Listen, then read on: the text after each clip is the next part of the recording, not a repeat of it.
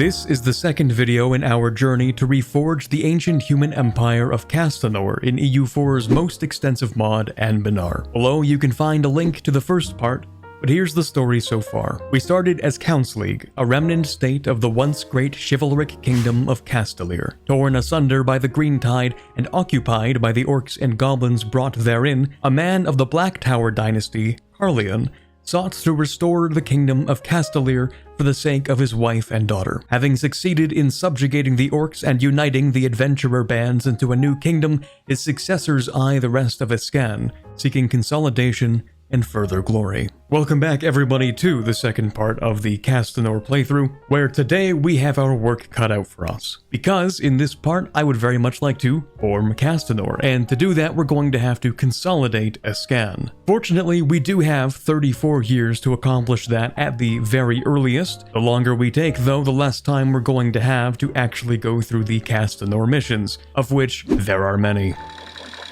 Speaking of missions, we have quite a few that are already complete just by us forming Castellir, starting with Reclaim the Capital. Of course, it's expected if we want to reforge Castanor, we need to hold the territory that is deemed the most important to the concept of Castanor. The Imperial City itself, Castanar, and the Trial Mount. Our reward is additional development in both areas, as well as some permanent claims we can't really use, and some reduced culture conversion cost and increased local missionary strength. It was recommended to me that I actually should get started on converting things as quickly as possible, so we are going to start converting a few things to Castellirian whenever I have a little bonus for that. Now, these other missions are complete, but they do something very similar, and frankly, I do not have the Diplo power to go ahead and just do that for free super easily, so I will slowly redeem them as they become relevant. Gonna be friends with these guys because they do have the institution, and I could probably ask them for that. Certainly beats developing it yourself. While we still have our half-cost aggressive expansion, we're going to move into Marhold. They do hold some provinces that we need to take. The next Miltag is kind of expensive, but for innovativeness, I think it's still worth it. We can't actually fully annex Marhold, but we can take about this much, which will cut them off from Bugund Darach, while also giving me the provinces that I need and allowing me to take a little bit of money, because we can just come back in like 15 years and finish the whole thing off. This allows us to upgrade ourselves into an empire, especially useful given our governing capacity situation. Oh wow, Castellos dead. Wow, isn't that crazy? Shocking news. For context, Castellos is the ruling god of the Regent Court, as it says here,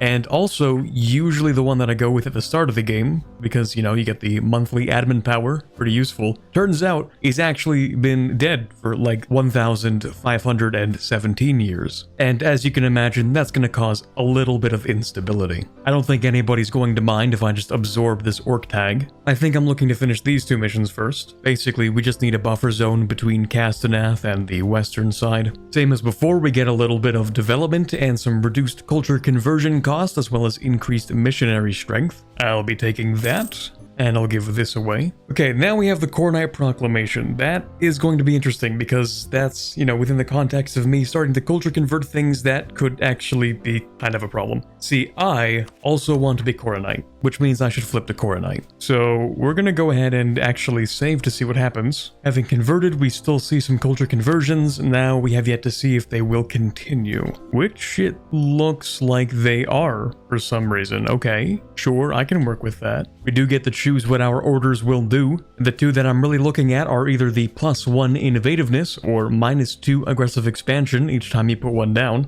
The -2 aggressive expansion can be incredibly powerful. They're both actually quite helpful the earlier you get to use them, but I think we're going to go with the aggressive expansion because innovativeness we can get through other ways. Aggressive expansion just slows everything down. Of course, we're going to use this opportunity to become the Defender of the Faith. It gives us an additional missionary which we can use to start converting things. Choosing our second order, I think we're going to go with the culture conversion cost and time reduction. It's mostly for the culture conversion time, which you don't see a lot of modifiers for, so I figured this could be quite useful. And then out of our 4 options for our final order, the military one, there seems to only be one option that I would consider to be worth taking, and that's the bottom one, because it says every time you establish one of those orders, you get 25 institution progress in the national capital, which means, in theory, we never have to spawn another institution. On top of that, if I were to put it in a sort of frontier province, then it removes 10 years of separatism for every province in that state. That means that we can start culture converting something sooner. I don't expect to have to use it, but for example, what we can do is put it down in the capital, and it looks like we just got our 25% boost. Not too bad. So similarly, anywhere that we don't really need a culture conversion, anywhere that is already fully Castellarian, we can take advantage of that. I should of course also mention the lore of Coronite, which is that you still believe in the regent court, but simply that Corin should be the one to lead it. Originally, because Castellos is dead, the idea is that his son would now lead the regent court, but the Coronites say no, Adion, the son of Castellos, is not fit to lead the regent court. Our core mechanic, other than our orders, is our Coronite paragonhood. It acts in a way somewhat similar to Buddhism in base EU4, where you have different effects for different values, either negative or positive or neutral. In theory, you're going to want to stay in the middle or at negative, because at the very least you can get that aggressive expansion impact reduction for being neutral. Or if you are in the negative, then you get faster conversions, and most importantly, minus 15% war score cost versus other religions. That's one of the most important parts. We do also have a unique ability. It's easy to miss, but I believe if we have positive Coronite paragonhood, then we don't have to pay any diplo power for returning cores or releasing countries and vassals. Or that's how I interpret it. Maybe you don't even need positive paragonhood. There we go, we now have colonialism in the capital. It should begin to spread, although not very quickly. Makes me a little concerned about actually being able to embrace it, but we'll figure it out. Let's go ahead and sell some titles before taking some land back. I forgot to mention that I handed this out to the Patricians, that's why I didn't have that much crown land. But anyway, first thing we're going to do is probably repay those 1% loans, because I can get much larger loans. So we'll go ahead and do that. Then we can start repaying these 4% loans. That'll significantly reduce our interest and the amount of inflation we get every year. Naturally, after we converted to Coronite, the country of Corintar has done the same and will accept vassalization peacefully. Partially, that's also because I finished off espionage. I do still need to continue expanding, however I don't really want to use admin because I think I would like to get my additional governing capacity as soon as possible. So we're still going to invade people, we're just going to hand stuff off to my subject. From the allies, I just need a slight injection of cash, so war reps and money, that's it. After all, I might need to declare war on them. And with the capital now sieged, I will take all of that myself. It's a little bit of aggressive expansion, but really nothing too bad. This event is actually perfect. I've been looking to get a stability, and I was going to wait until I could get cheaper stability, not just by doing a lot more converting to increase our religious unity and make that cheaper,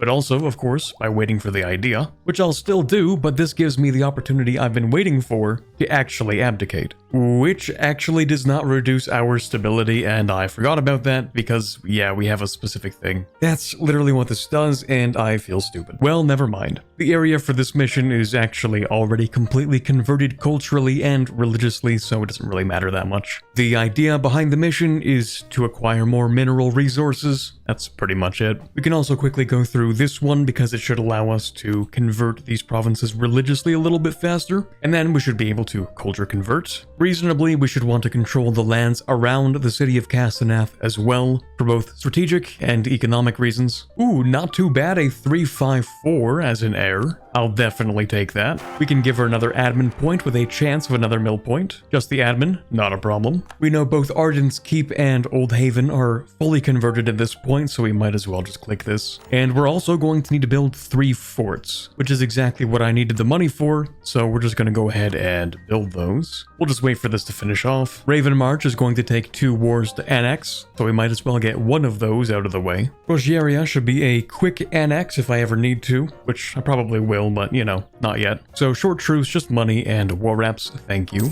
We are in the age of unraveling, which is really unfortunate because I was just about to sell titles. That sucks. Well, at the very least, we will get our religious wars. On the downside, that means we also get additional aggressive expansion, which is not great. Okay, and what do we have here? It's kind of awkward that this event kind of insinuates that Castanor is the favored country of Castellos, and so it would actually make the most sense for Adian to take the throne in our context. But we're just going to ignore that real quick and pick an answer. We can give ourselves 2 years of tolerance of the true faith, but on the downside, we will not be able to declare war, or we can get 5 years of reduced idea cost in exchange for reduced tolerance of the true faith and a little bit of an upset clergy. We'll go with the bottom option just for the reduced idea cost. It's a very short period of time, so it'll only apply to pretty much one idea anyway, and we only have one left. Anyway, I will still sell titles even though I'll get less money, and then we'll finish off this war. It's going to give us a little bit of aggressive expansion, maybe even a coalition, but I don't think it's that big of a deal.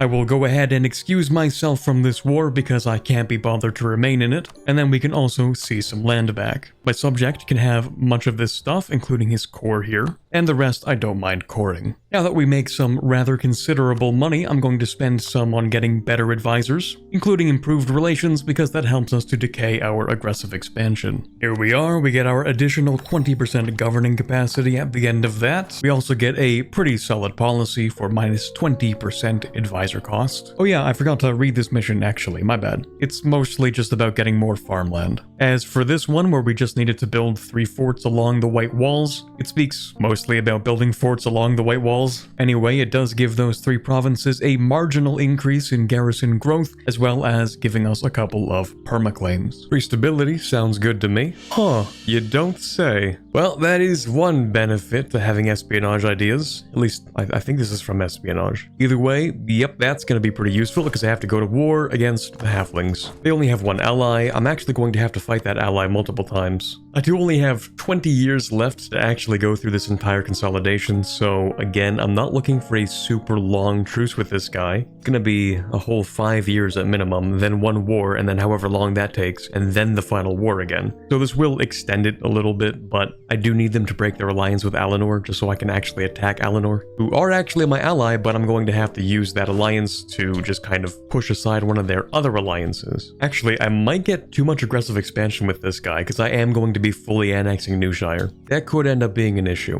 We'll see. I'm gonna go ahead and actually repay all of my older loans. That's a good idea, because the new ones are 100 crowns larger. And if I didn't pay them, I'd be renewing them anyway. So we might as well go ahead and practically renew them. I think at this point, it actually would be worth it to go ahead and just grab this mission. It talks mostly about the forests of eastern Castellir and how they're some of the largest in Canor, really good for logging and to export for countries that want to build a bunch of ships. We see this reward again for many of these areas. We don't actually need to do any culture conversion. There are a few where we do have to do culture conversion, and we actually won't be able to do them on time for that modifier unless I click this, this button, which I can, and maybe I will. So now I only have to wait 6 years. Well, within the time we have left. Anyway, you may notice that we do have more missions completed. The army of Escani, we just need a large army for the most part, so we needed to have an army of 100,000 troops. That's why I expanded it so much, so we get a few more permaclaims. Having completed the previous regional missions, we can now finish the large one. We've reunited the historical lands of Castellir, and now none can reject our rightful inheritance. The time has come to absorb what petty kingdoms still remain by our grace alone in our rightful homeland. We get Masters of Escani for the rest of the game, giving us +2 Diplo rep and minus 20% Liberty Desire in subjects. Quite powerful. Then, having taken a few things from the halflings over here, we can now finish this mission. Basically, we should have that stuff because we're the true heirs of Castan. This video approved by certified Castanorian patriots. So we get our permaclaim on West Castanor, and if we want our claim on South Castanor, we're going to have to beat up some orcs, my favorite. Now, as much as I would love to do that, it would be a lot cooler if I could just nicely ask for that. And they say no, so we're going to have to kill that guy. In fact, now would be the best time to get that done because we can call in Gawed and all of our allies actually to help us push them back. Finally, the institution has spread to the entirety of Castanar, saving us quite a bit of money on embracing the institution. First age ability, of course, we'll be taking the Religious Wars one.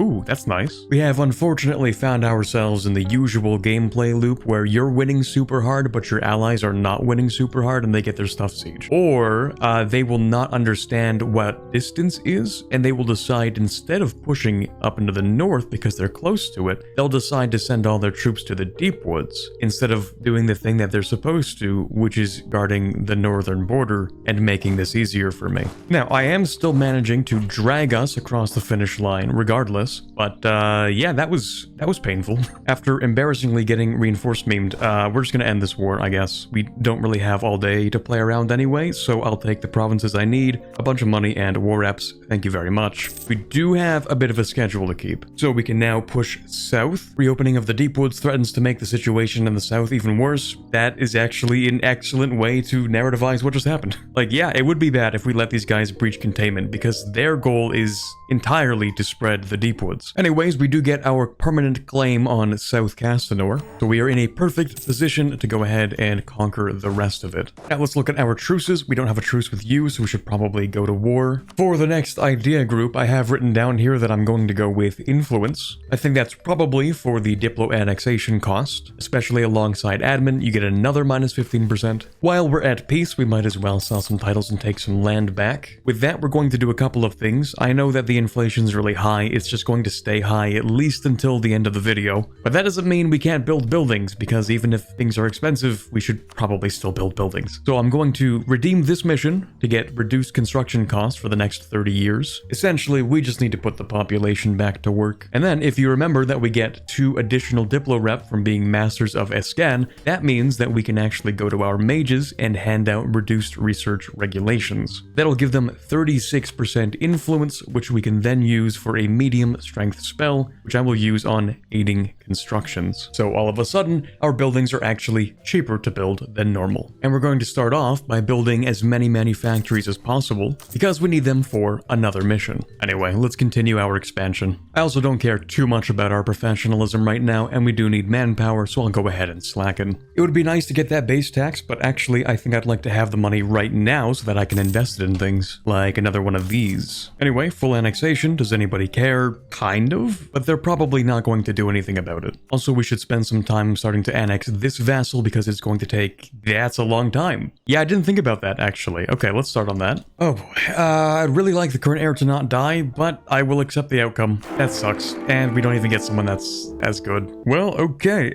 increase that Diplo with a chance of admin. Hopefully it works. Just the Diplo, of course. Give myself enough time to rest and gain a little bit of manpower, but we really should start on cleaning up Marhold because we're going to have to fight Kuthir as well, which means we're going to be sieging 2 holds. Everyone's favorite. That was actually incredibly easy. In fact, I'm going to push a little bit more just to get maximum money out of the dwarves. Perfect. We have our war reps, maximum money, and they're going to break another alliance. That's pretty important for us to break. And then from Marhold, of course, we need full annexation. Can't forget to start building a couple of these as well, because despite the fact that I'm trying not to fully state every single province, we still have governing capacity issues. We do have ourselves in a bit of an unfortunate situation with aggressive expansion and the fact that we need to pretty much annex all of Anbennar. See, we're getting kinda close to getting a coalition that sort of matters. Gonna be a tight rope that we're walking, but I think I can still make that work out. Oh yay, the Crimson Deluge, right. So that's not great, but we do get admin power,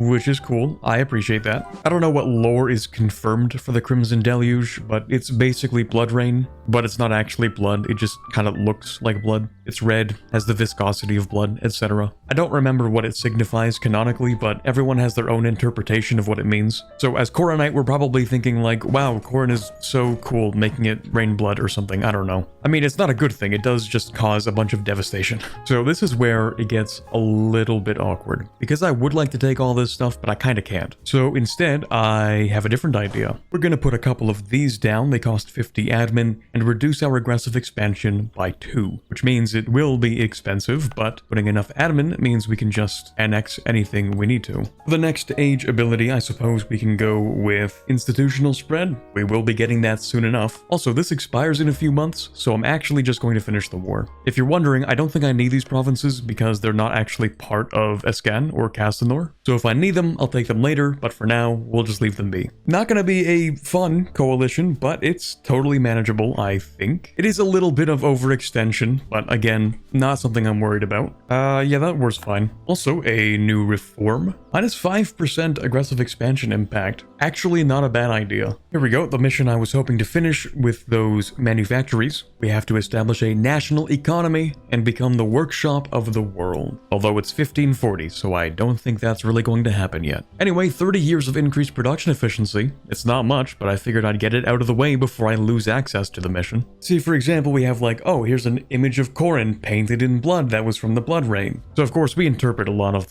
the Crimson Deluge to be something good, despite how actually destructive it is. Still earlier than 1550, so I wouldn't mind selling titles one last time and getting that land back. Also got some new rivals to take care of, very nice. Our 1% loans are up again, so we're going to actually repay these, even if I have to take out one additional loan to make that happen, because our new loans are 200 ducats larger, and while it is still worth it, we're going to keep on building a few buildings. Also, I think I completely fumbled the timing on trying to integrate this subject. I just shouldn't have integrated them. Should have waited until I had this and then integrated them, because then, you know, it would have been a lot cheaper. But it is what it is. At least we do get that stability back, that's nice. New Air 433, not terrible. We'll try and get more Diplo with a chance of maybe some mill power. Or actually, I don't need that much mill power. Diplo with a chance of admin. It never seems to pick the 50% chance. I think that's 4 times in a row. Eventually, it's going to get suspicious. Anyway, one last time, sell titles, take land back. Okay, we did manage to get the coalition to dissolve. That was the last thing holding us back from conquering the entirety of Escani. Fair warning, the way that I'm going to accomplish this is not going to be pretty. We're going to call in Rogeria, and we're going to call in Alanor, which means we're going to be fighting all of these countries, but we're going to bring in Corvuria and Gawed, so it's not a big deal. I do just have to make sure that I stake my claim on this stuff that I need. Oh darn it, you know what just happened? Yeah, they developed a new culture about 1 year ago, which increased the war score cost by 25% for all of their provinces. That's really cool, I like that. No planning in the world could have prepared me for a random 25% increased war score cost, so that's really annoying, actually. Yeah. Wait a second, we do have an opportunity, so let me just do all of my regular border cleaning up. Full annex you, full annex completely. Actually, wait, do you hold territory that I need? Oh, you do.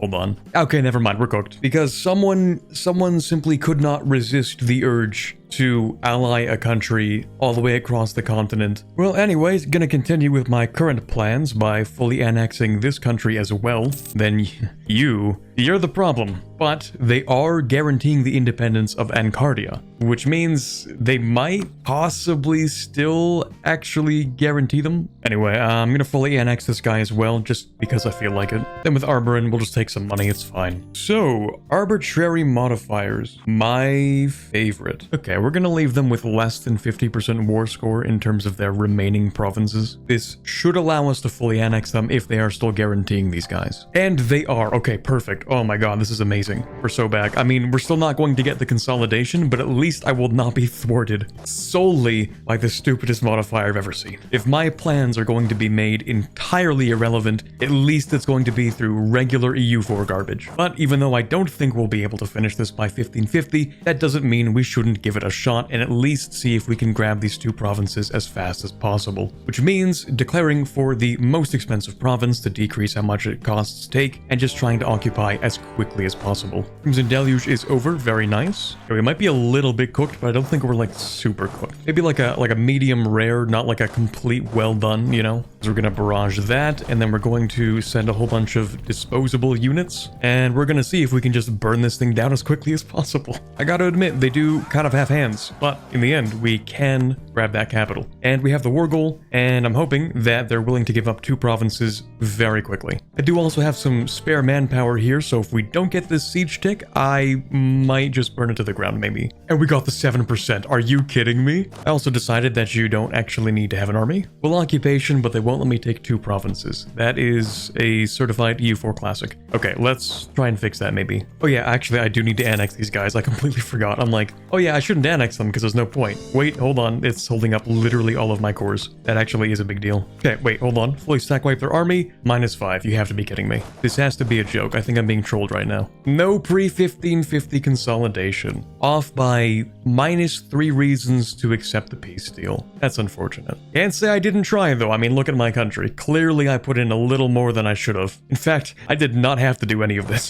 This is not required for the mission tree. But with this, we should have ownership of every part of Castanor. Anyway, at this point, I will begin to annex our subject Orintar, and I've got to deal with all these rebels. Oh, and the fallout of, yeah, it's gonna be fine, probably. Let's use this opportunity to change the mages away from their current guild organization to the state organization. It's a little bit expensive, but better now than later when they have too much influence. And of course, we need to take some of that crown land back. Okay, kind of weird actually that I can see so much of everything. Oh, and also, interesting. Silver Spite actually won the whole Kamriakval. I didn't think he had a chance of winning ever, but what do you know? Check out the Amion video to learn about why that is an incredibly easy thing for the player to win, but I guess it does have a chance for the AI to succeed with. Huge money, we'll take that. And actually, I really need to spend it on courthouses. This just in, apparently the bypass for the Escani consolidation is 1560, not 1550. I got the date wrong and I didn't have to do any of that. Let's go. Turns out we're fine on account of me just being a little bit stupid. Which, you know, actually makes sense because I have not gotten an event yet. Did finally manage to bring that inflation down to a reasonable number.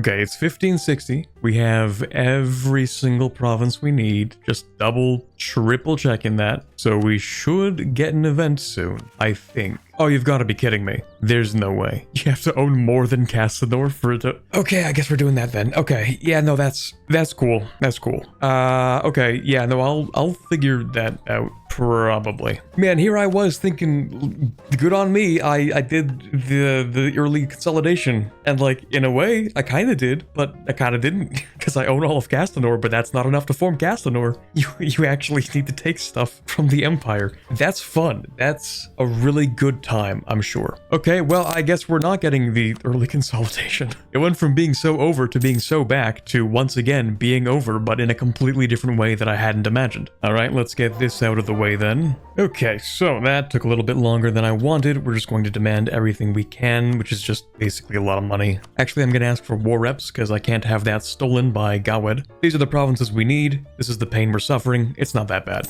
Okay, good. Coalition is actually gone. Now I just need to fight the entire empire. Lovely. Let's take this opportunity to get rid of our old 1% loans and get some new ones. I can pay less interest. Also, let me actually move the capital to Lower Castanaf. I'm sure it'll get moved somewhere in here anyway, but I'm going to do that right now because I want to spawn the institution. And all I have to do for that is press this button 4 times. There we go. And it should start to spread. Figured it would be a good idea to get all of my allies in this. No point in making this any harder than it has to be. Well, that's that. Honestly, not a very difficult war because they were a little bit distracted by the massive number of troops that my allies have. So pretty easy to siege down what I needed. Okay, so this is everything I need to actually bypass the Escani Wars of Consolidation. Leave it to me to think that I fumbled something, but actually didn't, only to later fumble it for a completely different reason that I never anticipated. I think this bodes well for the rest of the Castanor run. Anyway, now we can bypass the Escani Wars of Consolidation, giving us the event that you usually usually get at the end of it. Castanor began as a small power centered on the fledgling city of Castanath. Castan, the progenitor, was a local warlord at best, even if he had the Waygind seer to help him, and was sufficiently talented to unite the Castanites behind him. And then, within a generation, Castan the Second Beastbane was leading a crusade against the Deepwoods. A few more generations and Castanor stood dominant in Canor, only rivaled by the Gnomish hierarchy and the Demarian Republic. It seems another power in Escan has followed that path, Castellir. Rising from the ashes of the Green Tide by diplomatic dealings and military might, they have rapidly secured control over a vast swath of the region. Their rule over Escan is now incontestable, even if some pockets still resist them. One question remains: what shall they do next? Shall they follow the footsteps of wise Castan the Fourth Realm Builder, bloodthirsty Castan the Ninth the Quarreler, or will they be inspired more by Nishmer, the Sorcerer King? Only time will tell. Castanor once stood astride all Escan, all Canor. Then it fell, and in its wake petty kingdoms rose. Then those fell too, crumbled before the Green Tide. And all that was left was devastation, but no more. Out of scraps we have forged steel. Out of embers we have lit a wildfire. Out of petty adventuring bands and relic kingdoms we have created a power that dominates all Escan. And those few corners of the realm which still resist our rule shall fall soon enough. Though this has been true for decades, it has crystallized into an undeniable fact. Now it is time for us to expand our gaze, our ambition. Where shall we look next? We do get a couple of options. We can decide to fight for the Dove Throne, allowing us to usurp emperorship of the Empire of Anbennar, and if we were to win that war, immediately enforce ourselves as hereditary ruler of the entire empire. Doing so, however, would lock us from being able to form Castanor, which is what this option allows us to do. The other two options are permanent modifiers, the top one being for creation cost and province war score cost, and the bottom one being development cost and national tax. Naturally, we're going to be reforging Castanor. Castanor, the greatest of all human empires in Canor, prided itself on bringing civilization to the formerly wild lands of Canor. Under Castan the Second Beastbane, the Fey-tainted Deepwoods were cut in half, allowing human settlements to grow and prosper. Under Castan the Sixth Giantsbane, the last of the murderous giants were driven off from the northern frontier. Later Castans would add more lands under their enlightened rule, the consequences of which are still felt in that much of Canor still speaks some variation of Common. Common, in this case, is a language similar to Latin in terms of its widespread effects and how common it was to use it as a language of commerce, and especially a language of faith. How could any nation possibly live up to its legacy?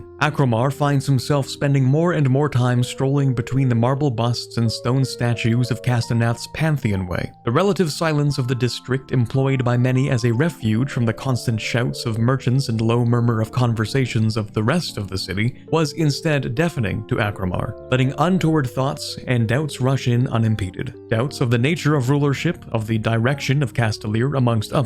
And so Akromar sought wisdom and insight while walking between forever frozen scenes of Castan's past. How did these near mythical figures forge Castanor into a continent-spanning empire? How did they ensure the prosperity of their people? How did they bring civilization to all of Canor uninterrupted for so many centuries, through myriad times of war and conflict, from the demonic Nolish Jazubin through the last death throes of the mighty Giantkin as they broke against Castanor's walls, and through the destructive advent of Zamalot the Black during the Dragon Wake, blackening Castanath itself with dragonfire? The answer to the greatness and longevity of Castanor, Akromar had come to obsessively believe, were the mysterious trials of Castan. Many specific details are vague, perhaps lost to the vagrancies of time, but accounts do agree on a few points. The trials were a tradition started by Castan the Second Beastbane, seeking to follow in the progenitor's footsteps. After summiting the trial mount as Castan the progenitor did, Beastbane added his own trial for every future Castan to complete, and so the tradition continued, with each successive Castan adding their own challenge to the mix. Only by proving one's worth in the ever more complicated trials could one prove oneself worthy of becoming the next Castan. All this ended with the War of the Sorcerer King and the final battle of Trial Mount. It is said by many that the magical energies and destructive forces forces wrought by the battle forever tainted the trial mount. At the very least, the battle rendered the mountain inaccessible for years after the battle. Stories of still active magical traps, pockets of dark energy, and even echoes of ghostly appearances of the Sorcerer King himself kept most out of the area, even as Castanor and Escani started to consolidate and prosper in the centuries after the war. For the average person, the trial mount and the trials of Castan have long faded into history, banished from the public conscience by events such as the Green Tide and wars of Escani Consolidation. Akromar was not satisfied. Surely some of the trials would have survived. Surely centuries of time would have dissipated the worst of the remaining dangers of the trial mount. And most importantly, experiencing the trials would surely open Akromar up to the insight and wisdom of the greatest Castans just by following in their steps. In the meantime, Trial Mount was overgrown. Glory Road was in disrepair, many of the paths leading from and to the disparate trials had been swallowed by the hungry roots of trees, and the North Citadel was still a shadow of its former self without the old aqueduct feeding it.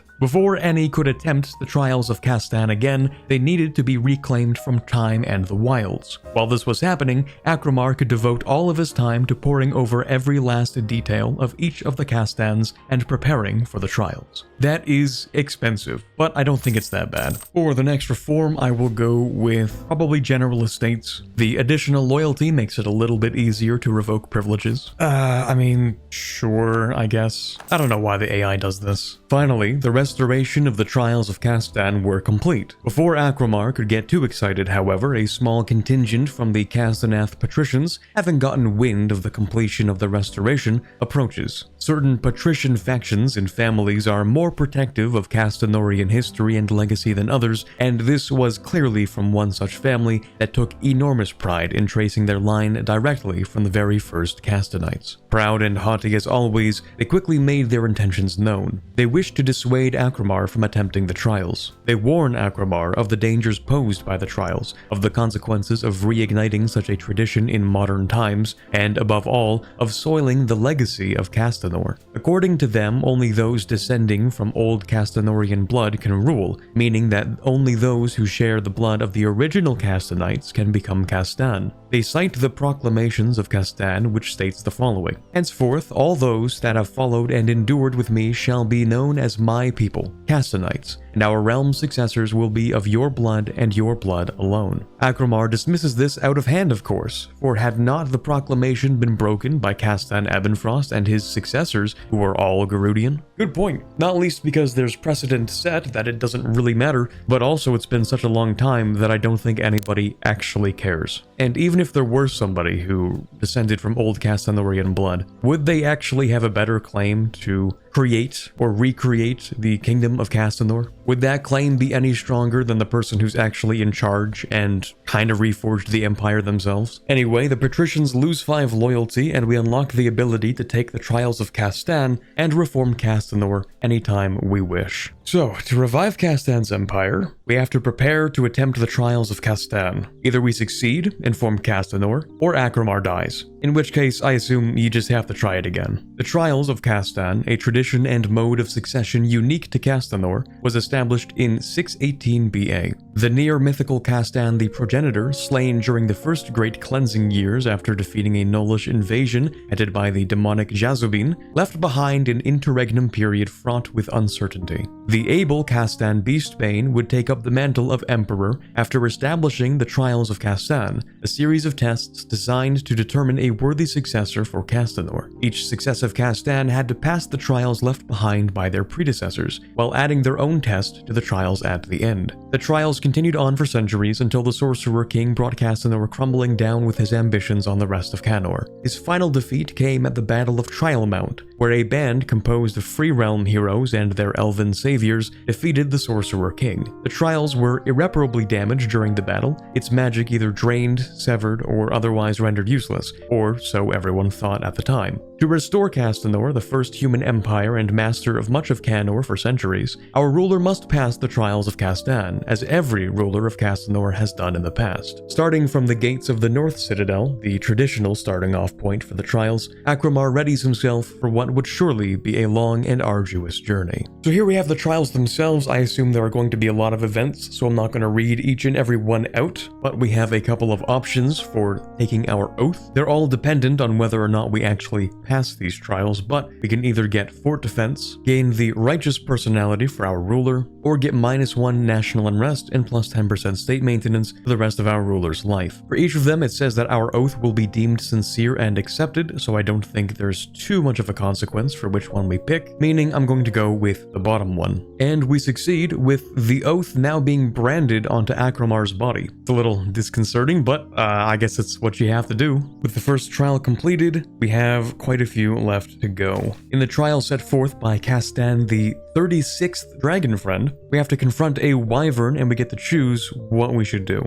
We could just shoo it away, but I think I'm going to try and appear as non-threatening as possible and let it approach you. We're gonna have a how to train your dragon moment, hopefully. We can shoo it away for a chance of becoming a bold fighter. Offering it your lunch doesn't seem to do much, but we can lose 100 crowns to give it some exotic treats, and we do have some decent money, so I don't see why not. Seems pretty happy with that, so we can either try to immediately jump on its back, maybe not a good idea, likely going to startle it, or we can try to communicate, which also seems fruitless, but okay, we'll try that. There's no way that worked. We really do have our how to train your dragon moment. Okay, next trial. For Beastbane's trial, it looks like we have to go kill a beast and make something out of its body. So we're going to try and track down a basilisk, either on our own or asking the local forest spirits. And I don't even know what to pick here. I assume we should try our own tracking skills. Okay, never mind, he's completely lost. Okay, we'll ask the Fae. They do seem to eventually lead us somewhere, presumably the den of the basilisk, except actually it's just a mountain lion and we're gonna have to fight it, which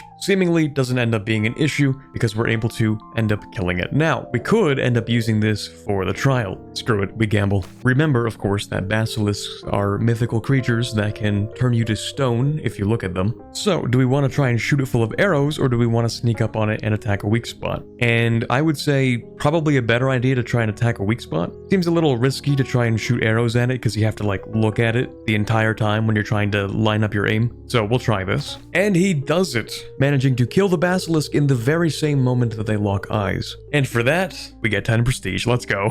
Okay, maybe I spoke too soon. We can also get an additional point. That's pretty good. I think in that case, we're definitely looking for Diplo power. Akramar has returned from the trial mount, lips quiet of the ordeal that happened above, but also with eyes shining of triumph and authority. It is clear to all that Akramar has passed the trials and will be anointed as the new Castan. And so he gives his speech. I pledge to defend my land and my people to the end of my days, but will not bring unjust strife unto the world. I pledge to hold back corruption and sin both worldly and divine and speak the truth evermore. I pledge to remain steadfast in Castanor's darkest days, for I am its guardian. May the gods listen to my words and deem me worthy of their divine majesty, and that it may bless Castanor long after I am gone. Okay, so we become Castanor. A bunch of all of our primary culture provinces become Castanorian culture, as well as a few other provinces it seems. The North Citadel actually becomes the new capital. We get the question of succession, so another event right after this. We get permaclaims on all of Castanor, of course. I mean, you had to have all of it to form Castanor, but anyway. We get new ideas, we get 50 prestige, which unfortunately does not get converted into points. Naturally, we get more missions. Akramar gains another point at random, as well as 50 admin and 10 prestige, and until the king dies we get free war taxes, yearly legitimacy, prestige decay reduction, and monthly war exhaustion reduction. On top of that, I see we have something called set dominion cap to 2, but I have no idea what that means. Presumably we are going to want the new Castanorian ideas, but just in case I don't, I am going to save. How are these looking? Let's see, we have our prestige decay, our discipline, national unrest, morale of armies, core creation cost and governing capacity. Caravan power, it's alright. Poor maintenance,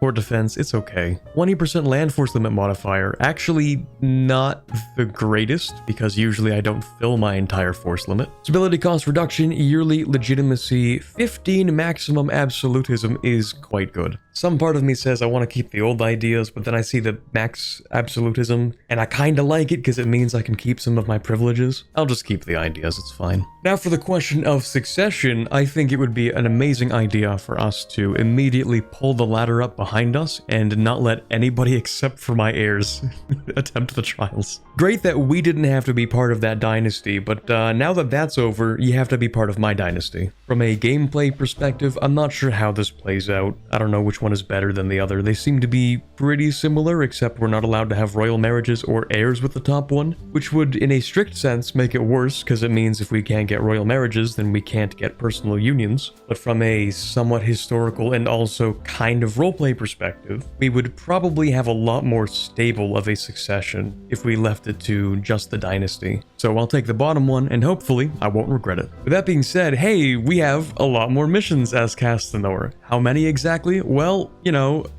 just a handful of missions, just a few. Yeah. I don't think I'm finishing this by 1821. I don't even know if I'm finishing this in 3 other videos. I guess we will find out. Anyway, thank you very much for watching today's video. As you can see, we still have our work cut out for us. So stay tuned for the actual start of the Castanor playthrough. But with that being said, it would be amazing if we could get the second part of this video to, I don't know what I said last time, but maybe 3,500 likes for this one. Again, you will get the next video regardless, but it helps me out a lot and I would really appreciate it. Also, if you're 2 videos deep into this playthrough or several videos deep into the channel and you haven't subscribed yet, I would also appreciate that a lot, and maybe it would make sense because you can also get notifications whenever I release the next video. But for now, this is Corbett signing off, and as always, have a fantastic day. A big thank you to the patrons for this month. All of these people do receive early access for as low as $1, so I'd like to give a big thank you to those who decide to donate more than that, including Erica, Baby Cow, Born to Dunk, Luca Becker, Mikhail Sample, Nick Steffel, Q-Brute, A.G. Forero, Ben Mottram, Quiet Guy, Rosette, Torvald, Ambient Cyan, Elysia Tatze, James Levy, Luke78776, Stalin DLRP, White Rook, and Robert.